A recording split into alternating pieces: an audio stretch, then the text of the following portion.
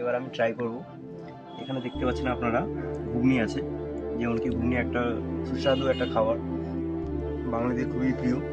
এই ঘুগনির উপরে যে দেখতে পাচ্ছেন স্যালাডে টমেটো আছে, গাজর আছে, ধনেপাতা আছে।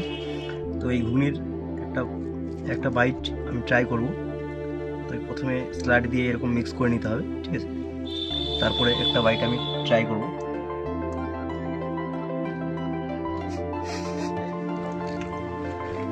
জাস্ট অসাম, সাধারণ, একদম খুবই টেস্টফুল লাগলো আমার।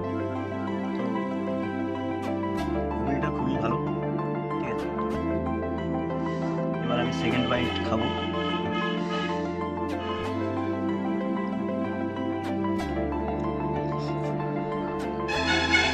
Just wow!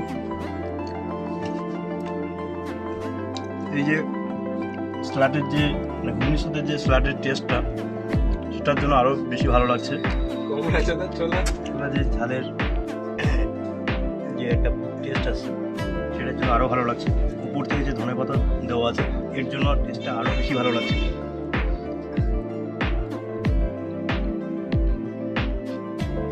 কোথায়?